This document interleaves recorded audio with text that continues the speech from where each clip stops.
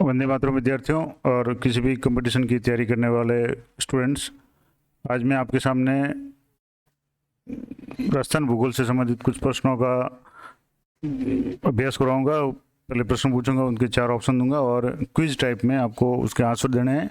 और जब प्रश्न पूरा हो जाएगा उसके बाद में उसकी व्याख्या जहाँ जरूरत होगी उसकी व्याख्या को भी मैं बताऊंगा। तो आइए शुरू करते हैं। तो पहला प्रश्न है, नदी जिसका जल बंगाल की खाड़ी में पहुंचता है, यानी 4 ऑप्शन में से कौन सी नदी का जल है वो बंगाल की खाड़ी में पहुंचता है? तो आपके 4 ऑप्शन है चंबल, माही, साबरमती या सोम। आपका समय शुरू होता है, 5 सेकंड के अंदर आपको आंसर देना है। तो टाइम आउट हो गया है। सही आंसर है चंबल, यानी कि चंबल नदी का जो जल है बंगाल की खाड़ी में पहुंचता है। इसकी व्याख्या देखेंगे तो चंबल नदी का जल है अंततः बंगाल की खाड़ी में पहुंचता है, यानी कि चंबल नदी यमुना में गिरती है और यमुना आगे जा करके गंगा में, और गंगा से आगे चल करके बंगाल की खाड़ी में गंगा गिरती है। तो इस तरह से चंबल नदी का पानी अंततः बंगाल की खाड़ी में गिरता है। जबकि माही और सोम, जो कि माही की ही सहायक नदी है, इनका जो जल है वो खंभात की खाड़ी में गिरता है। नेक्स्ट प्रश्न है, किस नदी पर ईस्ट वेस्ट कॉरिडोर के अधीन हैंगिंग ब्रिज बनाया गया है? यानी 4 ऑप्शन के अंतर्गत आपको बताना है कि ईस्ट वेस्ट कॉरिडोर के अंतर्गत हैंगिंग ब्रिज कहाँ, किस नदी पे बनाया गया? आपका जो आंसर है या ऑप्शन है काली सिंध, बनास, लूनी नदी या चंबल नदी। तो 4 में से सही ऑप्शन आपको बताना है। आपका टाइम शुरू होता है अब, 5 सेकंड में आपको बताना है।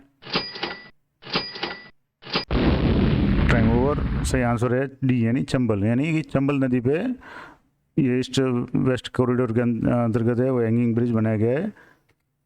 तो चंबल नदी पे बनाया गया है। जैसे ये राजस्थान का नक्शा आप देखेंगे तो चंबल राजस्थान की बहुत महत्वपूर्ण नदी है, और जहाँ भी जरूरत होगी नक्शे की मैं आपको आगे बताता रहूँगा। वैसे भूगोल में मैप है वो बहुत इंपॉर्टेंट है, और मैप से काफ़ी अच्छी तरह से जो चीज़ें हैं वो दिमाग में रह जाती है, रिटेंशन पावर अच्छी हो जाती है। तो भूगोल में जहाँ भी आप पढ़ें वहाँ नक्शे का उपयोग जरूर करें, मैप का उपयोग। नेक्स्ट प्रश्न है, पार्वती किसकी सहायक नदी है? यानी जो पार्वती नदी है किसकी सहायक नदी है? 4 ऑप्शन आपके हैं चंबल, बनास, लूनी या साबरमती। तो आपका समय शुरू होता है अब।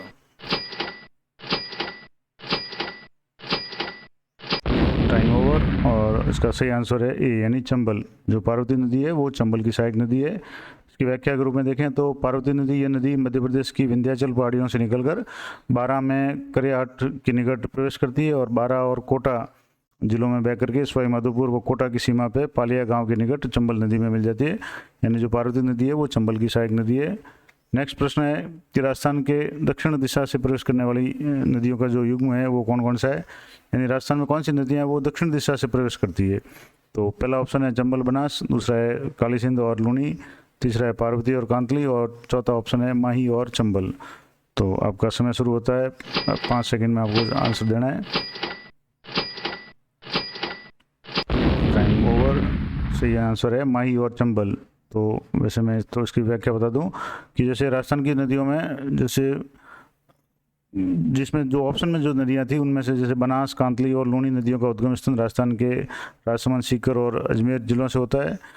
जबकि माही और चंबल नदी का जो उद्गम है वो मध्य प्रदेश से होता है। और जैसा कि आप नक्शे में देख पा रहे हैं, ये नदियाँ राजस्थान के दक्षिण दिशा की तरफ से, यानी जो उत्तर में पंजाब हरियाणा और दक्षिण में राजस्थान के मध्य प्रदेश और गुजरात का जो बॉर्डर लगता है, तो जो मध्य प्रदेश से निकलने वाली माही और चंबल नदियाँ हैं, तो ये नदियाँ राजस्थान में दक्षिण दिशा से प्रवेश करती है। जो नेक्स्ट प्रश्न है, राजस्थान में चुलिया जलप्रपात किस नदी पे है? काफ़ी फेमस जलप्रपात है, वाटरफॉल जिसको बोलते हैं। तो आपके ऑप्शन है माही, चंबल, लूनी या सोम। तो आपका समय शुरू होता है, 5 सेकंड में आपको बताना है। Time over. तो इसका सही आंसर है बी, यानी जो चुलिया जलप्रपात है वो चंबल नदी पे स्थित है। अब जैसे थोड़ा सा इसको विस्तार से देखें तो चंबल नदी जो बैसोरगढ़ से 5 किलोमीटर दूर चुलिया नामक प्रसिद्ध जलप्रपात बनाती है, जो कि चित्तौड़गढ़ जिले में स्थित है, और ये बैसोरगढ़ से 5 किलोमीटर दूर है। अब जैसे ये राजस्थान का जो अपवाह तंत्र दिया हुआ है, अब ऐसे विस्तार से आपको बताएंगे तो इसमें राजस्थान में 3 तरह के जो अपवाह तंत्र है, एक अरब सागरीय प्रवाह क्षेत्र है, एक अंतर प्रवाह क्षेत्र है, और एक जो बंगाल की खाड़ी वाला जो प्रवाह क्षेत्र है। यानी कुछ नदियां हैं जो अपना जल अरब सागरीय क्षेत्रों में ले जाती है, खंभात की खाड़ी में या अरब सागर में। कुछ नदियां हैं वो चंबल के द्वारा या यमुना में आगे जाकर के मिल करके अपना जल है वो बंगाल की खाड़ी में ले जाती है। जबकि कुछ नदियां हैं जो स्थानीय नदियां हैं, उनका जल है वो कहीं किसी समुद्र में नहीं जाता, यानी अंतर प्रवाह वाली नदियाँ कहलाती है, जिसमें जैसे मैंथा है, घग्गर नदी है, इस तरह की जो नदियाँ हैं, ये साबी है, ये अंतर प्रवाह के क्षेत्र की नदियाँ कहलाती है। तो नेक्स्ट प्रश्न है, राजस्थान राज्य में पूर्णतः बहने वाली सबसे लंबी नदी कौन सी है? यानी राजस्थान की सबसे लंबी नदी अलग होगी और राजस्थान में पूर्णतः बहने वाली नदी कौन सी है? तो आपके जो 4 ऑप्शन है, लूनी, चंबल, माही और बनास, इन चारों में से आपको सही आंसर बताना है। तो आपका समय शुरू होता है अब। 5 सेकंड में आपको सोच के बताना है। Time over. और सही आंसर है बनास। वैसे राजस्थान में यूँ देखें तो लंबी नदी चंबल है, लेकिन पूर्णतः राजस्थान में बहने के हिसाब से जो नदी सबसे बड़ी नदी है वो बनास है। तो इसकी बनास के बारे में थोड़ी सी जानकारी मैं दे दूं कि बनास नदी राजस्थान में पूर्ण बहाव की दृष्टि से सबसे लंबी नदी है और बनास नदी का जो जलग्रहण क्षेत्र है वो भी सबसे बड़ा है, यानी 46,46,570 वर्ग किलोमीटर है। और कोठारी, खारी, बेड़च, गंभीरी, मानसी, ढूंढ और मोरेल, ये सारी नदियाँ हैं वो बनास की सहायक नदियाँ हैं। तो नेक्स्ट है, राजस्थान में राजसमंद जिले में कुंभलगढ़ के निकट खमनौर की पहाड़ियों से निकलने वाली नदी कौन सी है? जैसे आपको पता होगा कि राजस्थान में जो कुंभलगढ़ है वो किले के लिए बहुत फेमस है और राजसमंद जिले में स्थित है। तो यहाँ के निकट जो खमनौर की पहाड़ियाँ हैं उसमें कौन सी नदी निकलती है? तो आपके ऑप्शन है लूनी, माही, बनास या पार्वती। 4 में से ऑप्शन है। तो आपका समय शुरू होता है।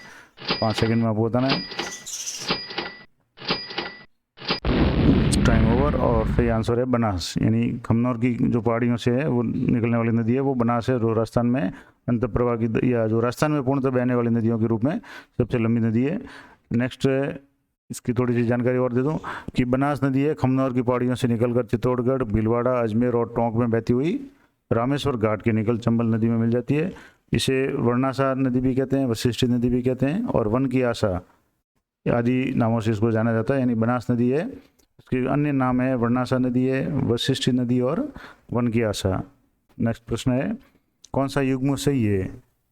तो कोठारी, लूनी, माही, जाखम, चंबल, बाणगंगा, सुकड़ी और बनास। तो इनमें से जो सही युग्म बताना है, यानी जो नदियां हैं एक दूसरे से जुड़ी हुई है। तो आपका समय शुरू होता है अब।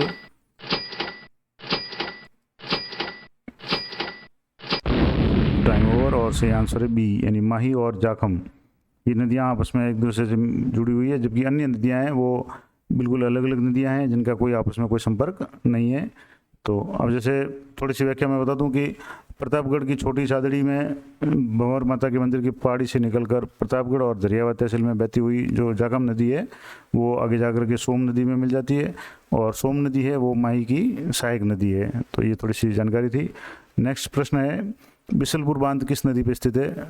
बिशलपुर बांध आपको पता होगा राजस्थान का काफ़ी बड़ा बांध है और सबसे बड़ा बांध भी मान सकते हैं और ये टोंक जिले में स्थित है। तो किस नदी पे ये बना हुआ है? तो आपके ऑप्शन है चंबल, माही, बनास और लूनी।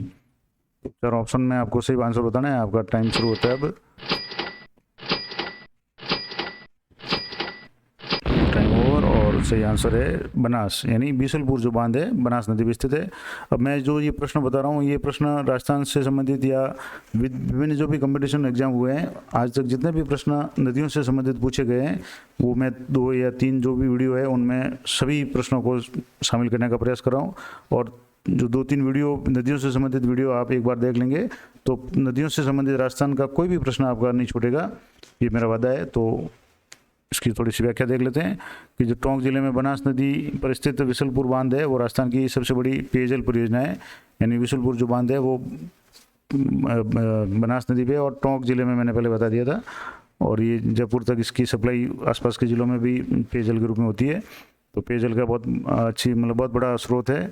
नेक्स्ट जो प्रश्न है कि निम्न में से कौन सी जो अंतर प्रवाहित नदी नहीं है? यानी जैसे कि मैंने आपको बताया था राजस्थान में अफवाह की दृष्टि से 3 अफवाह है, उनमें से अरब सागरीय जो अफवाह है, फिर बंगाल की खाड़ी वाला और एक अंतर प्रवाह।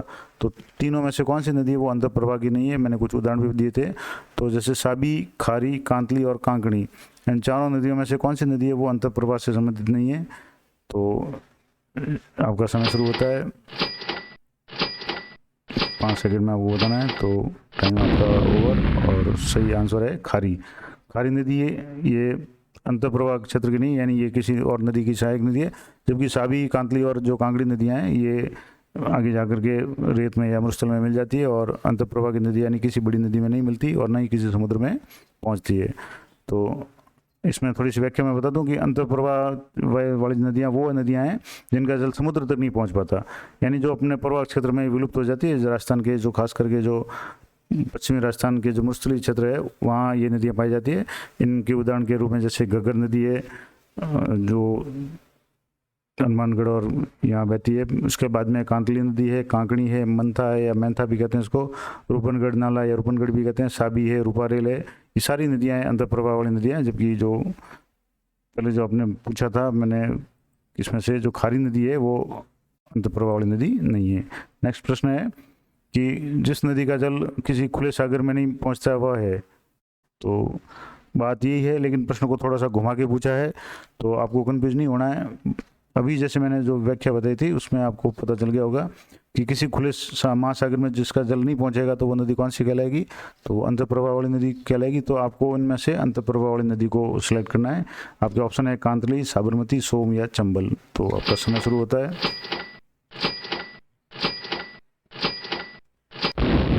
टाइम ओवर, और सही आंसर है कांतली। जैसा कि मैंने अभी पहले बताया था, जो कांतली नदी है वो अंतःप्रवाह क्षेत्र की नदी है, जबकि साबरमती, सोम और चंबल नदियाँ हैं ये या तो अरब सागरीय प्रवाह क्षेत्र की नदियाँ या ये बंगाल की खाड़ी की नदियाँ हैं। नेक्स्ट प्रश्न है, थोड़ी सी इसकी व्याख्या मैं बता दूं। कांतली नदी है राजस्थान में पूर्ण भाव की दृष्टि से आंतरिक प्रवाह की सबसे लंबी नदी है, और ये झुंझुनू को दो भागों में बांटती हुई चूरू की सीमा में विलीन हो जाती है, यानी जो मरुस्थलीय क्षेत्रों में विलीन हो जाती है। और सहायक नदियों के बारे में थोड़ी सी जानकारी दे दूं कि लूनी नदी जो है जो पश्चिम राजस्थान में बहती है, उसकी सहायक नदियों में सुकड़ी है, मीठड़ी, बांडी, खारी, जवाई, लीलड़ी, गुइया, सागी और जोजड़ी या जोजड़ी भी कहते हैं, जोजड़ी भी कहते हैं। ये सारी लूनी की सहायक नदियाँ हैं। माही नदी है, इसकी सहायक नदियों में शामिल है ईरू, सोम, अनास, चाप, एरा और एरन। इसके अलावा साबरमती नदी है, उसकी सहायक नदियाँ हैं बाकल, हथमती, मैसवा, वेत्रक और माजम। ये सारी साबरमती की सहायक नदियाँ हैं। उसके बाद में है काली सिंध। काली सिंध की जो सहायक नदियाँ उनमें है परवन, आहू और निमाज। ये काली सिंध की सहायक नदियाँ हैं। तो इस तरह से कांतली नदी तो पूर्ण आंतरिक प्रवाह वाली नदी हो गई, और ये इनकी सहायक नदियाँ थोड़ी सी जानकारी दे दी मैंने। नेक्स्ट प्रश्न जो अगली वीडियो में बताने का प्रयास करूँगा। मैंने कहा कि वीडियो काफ़ी लंबा हो जाएगा और नदियों से संबंधित राजस्थान के कई सवाल महत्वपूर्ण जो भी आज तक के राजस्थान के जो कंपटीशन हुए हैं उनमें पूछे जाते हैं। तो मैं प्रयास ये करूँगा कि एक मतलब 3 या 4 भागों में इस पूरे वीडियो को करके सारे प्रश्नों को उसमें समावेश कर दूं, ताकि आपका राजस्थान की नदियों से संबंधित कोई भी प्रश्न किसी भी कंपटीशन में छूटे नहीं। और आज तक जितने भी प्रश्न पूछे गए नदियों से संबंधित वो सारे प्रश्न मैं इनमें शामिल करने का प्रयास करूंगा। तो मिलते हैं नेक्स्ट वीडियो में, तब तक जय हिंद, जय भारत।